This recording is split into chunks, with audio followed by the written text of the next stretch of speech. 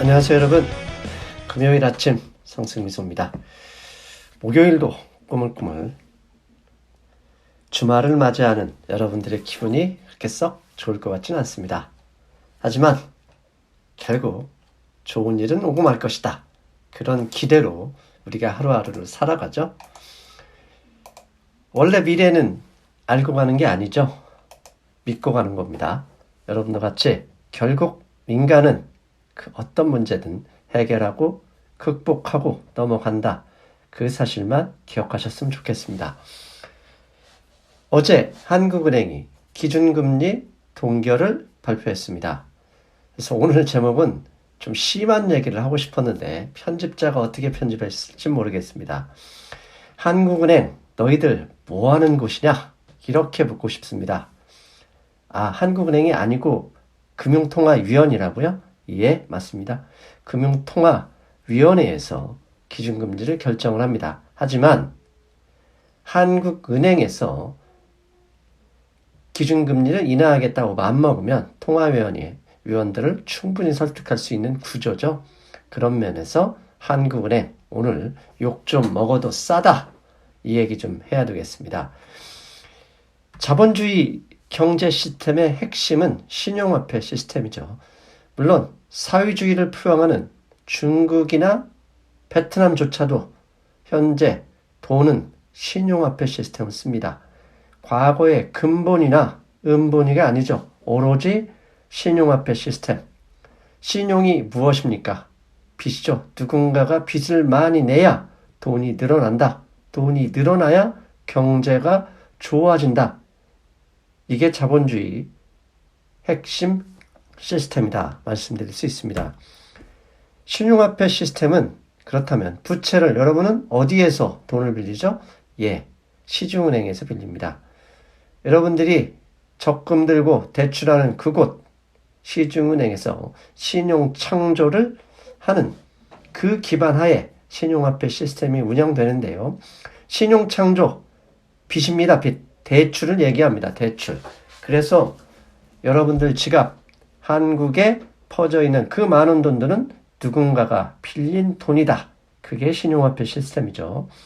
그러면 당연히 신용화폐 시스템에서 돈을 은행에 가서 많이 빌릴수록 부채가 늘어날수록 경제가 좋아지는 것이고, 부채가 늘어나는 속도가 줄거나 아예 감소해버리면 경기 침체를 넘어 위기도 되는 거죠. 당연히 돈을 많이 빌리게 하기 위해서는 금리가 낮아야 되죠. 그래서 은행의 신용창조를 기반으로 하는 자본주의 현대 신용화폐 시스템은 금리가 낮고 높음에 따라 돈의 양, 통화량이죠.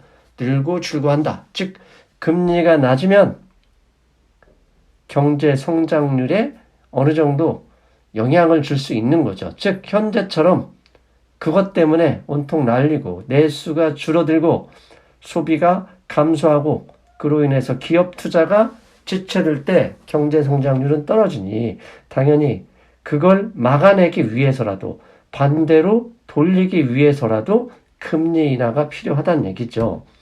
왜?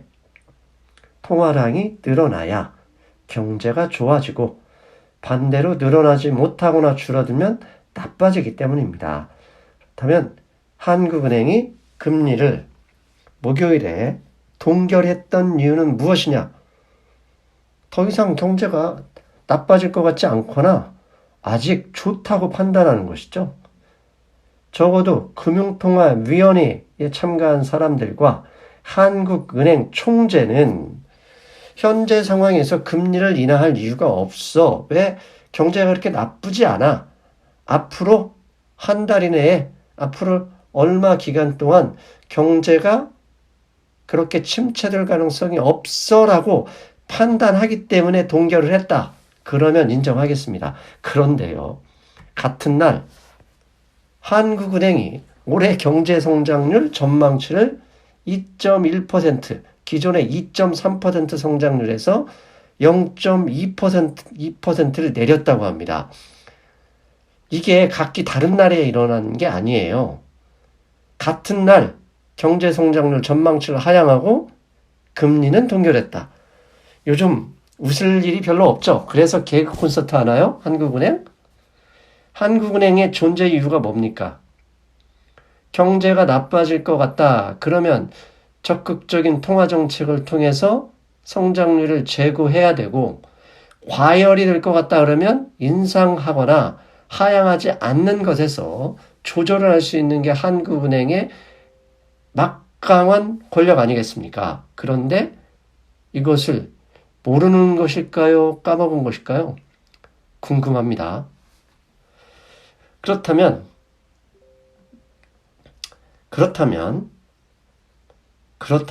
생각해 봐야 될 게 있습니다. 굳이 아직은 완전히 나빠진 상황이 아니기 때문에 인하하지 않는 것은 아닐까? 예, 일리 있는 말씀이에요. 하지만 통화정책은 선제적으로 움직이지 않으면 효과가 없거나 떨어질 수밖에 없어요. 왜? 경제는 돈이 많고 적음에 따라서 좋고 나쁨에 이렇게 결정이 되죠. 그런데 그 돈은 누가 빌립니까? 사람이 빌리죠. 사람이 돈을 빌릴 때는 멘탈이 좋을 때 빌리는 거고, 돈을 빌리지 않을 때는 멘탈이 나쁠 때죠. 불안하다고 느끼는 심리만으로도 가계는 소비를 줄이는데, 이미 그것 때문에 주가 하락, 부동산도 요즘 만만치 않아요. 그리고 온통 자영업자, 그 다음에 일반 행사하는 업체, 관광지 다 죽을 맛인 거예요. 이렇게 실제적으로 위축되고 있는 데서 금리를 동결하게 되면 완전히 바닥을 칠 때 금리를 내린다? 아니죠. 이미 늦어버린 겁니다. 어떤 분들은 부동산이 걱정이어서 금리를 동결한 것은 아닐까라고 이야기를 합니다. 예, 충분히 그것도 납득이 되는 이야기죠. 현재 부동산만이 돈이 가니까, 오로지 부동산에 돈이 몰리니까 여기서 금리를 인하한다면 부동산으로만 더 돈이 쏟아져 들어가는 건 아닐까라고 생각할 수도 있습니다. 그런데 그게 일반이라면, 저와 같은 사람이라면 그럴 수 있어. 하지만 그 대상이 한국은행이나 금융통화위원이다. 그건 바보죠. 이 친구들이 그 자리에 있으면 안 되는 사람들이죠. 이 생각을 했다면. 왜? 현재 이미 본격적으로 소비 감소, 내수 불황으로 이어지고 있는 상황에서 이걸 놔두면 부동산보다 더 큰 충격일 수밖에 없어요. 이미 알려져 있잖아요. 사람들이 이동이 제한돼. 왜? 요즘 여행도 가지 않고요. 웬만하면 집에서 지납니다. 웬만하면 쿠팡과 같은 인터넷, 모바일 쇼핑몰을 통해서 주문할 뿐 밖으로 나가질 않아요. 그리고 전 세계도 동일하죠. 한국에서 이런 일이 벌어지니까 한국인 입출뿐만 아니라 전 세계 서플라이 체인 문제까지 교역량 축소가 진행되고 있어요. 이렇다 보니까 돈을 벌기 어렵죠? 돈을 벌기 어려우면 같은 이자 비용이라 하더라도 그 돈에 대한 부담이 커지죠. 이것을 실질금리라고 하는데요. 이렇게 악화되는 경제에서 실질금리는 이미 크게 상승해 있는 거예요. 특히 앞에서 말씀드린 대로 자영업자, 한계 기업은 지금 장사가 안 되니까 어떻게 버티겠습니까? 부채로 버티는 거예요. 부채는 결국 이자 비용이 나는데 금리는 동일하지만 어떤 일이 벌어집니까? 돈을 못 버니 실질금리가 올라갑니다. 채권금리는 이미 5년 만기 국채금리가 1.25라는 기준금리 밑에 있지만 은행은 대출금리를 내리지 않습니다. 왜? 한국은행이 기준금리를 동결했기 때문에. 한국은행은 은행의 수익성을 위해서 존재하는 기관입니까? 아니면 국가경제, 국민경제를 제대로 관리하기 위해서 존재하는 곳입니까? 이게 답답한 겁니다. 도대체 누구 편에서 정책금리, 기준금리를 정하는 것입니까? 아, 너는 주식 투자하기 때문에 주식시장 유리하라고 하는 거 아니야? 예, 그렇게 생각하셔도 됩니다. 하지만 주식 투자도 경제 펀더멘탈이 나와야지 금리 인하나 이런 것만으로 나오진 않거든요. 지금 현재 경제가 추락하고 있는 상황에서 이걸 하지 않으면 주식시장도 안 움직이는 건 당연하지만 주식시장이 떨어지면 심리적, 이 멘탈에 영향을 주는 게 상당히 크다는 얘기입니다. 그러기 때문이라도 한국은행이 선제적으로 움직였어야 되는데 안타깝죠. 조만간 재정정책, 추가 경장 예산이 편성이 돼서 시장에 뿌려질 겁니다. 그런데요, 재정정책은 아무리 빨라도 3개월 걸립니다. 왜? 국회 통과해야 되고요. 진행해야 되는 절차가 있단 말이죠. 그래서 그 돈이 통과한다 그래도 예산 집행까지 상당한 시간이 필요해요. 그렇다면 3개월간 통화정책이라도 빨리, 왜? 통화정책은 기준금리를 인하함과 동시에 시작될 수 있거든요. 즉시 효과를 내줄 수 있어요. 그렇기 때문에 한국은행 기준금리 동결이 너무나 안타깝고 속상한 일이 되는 거예요. 진짜 답답해 죽겠습니다. 오늘 지금 현재 제가 방송하는 건 목요일 오전입니다. 목요일 오전에 녹화하고 있기 때문에 오늘이라고 했는데요. 우리가 상식적으로 생각하면 금리를 인하하면 달러 원 환율이 오르고 동결하거나 올리면 환율이 떨어진다. 달러 대비 달러 원 환율이 떨어진다 생각하고 있겠지만 오늘 비정상적인 상황이 발생했습니다. 지금 보시는 동그라미에서 보면 금리 동결이 발표하자마자 환율이 거꾸로 올랐습니다. 이게 무슨 얘기입니까? 우리가 배운 경제상식과는 반대로 가버렸죠. 왜?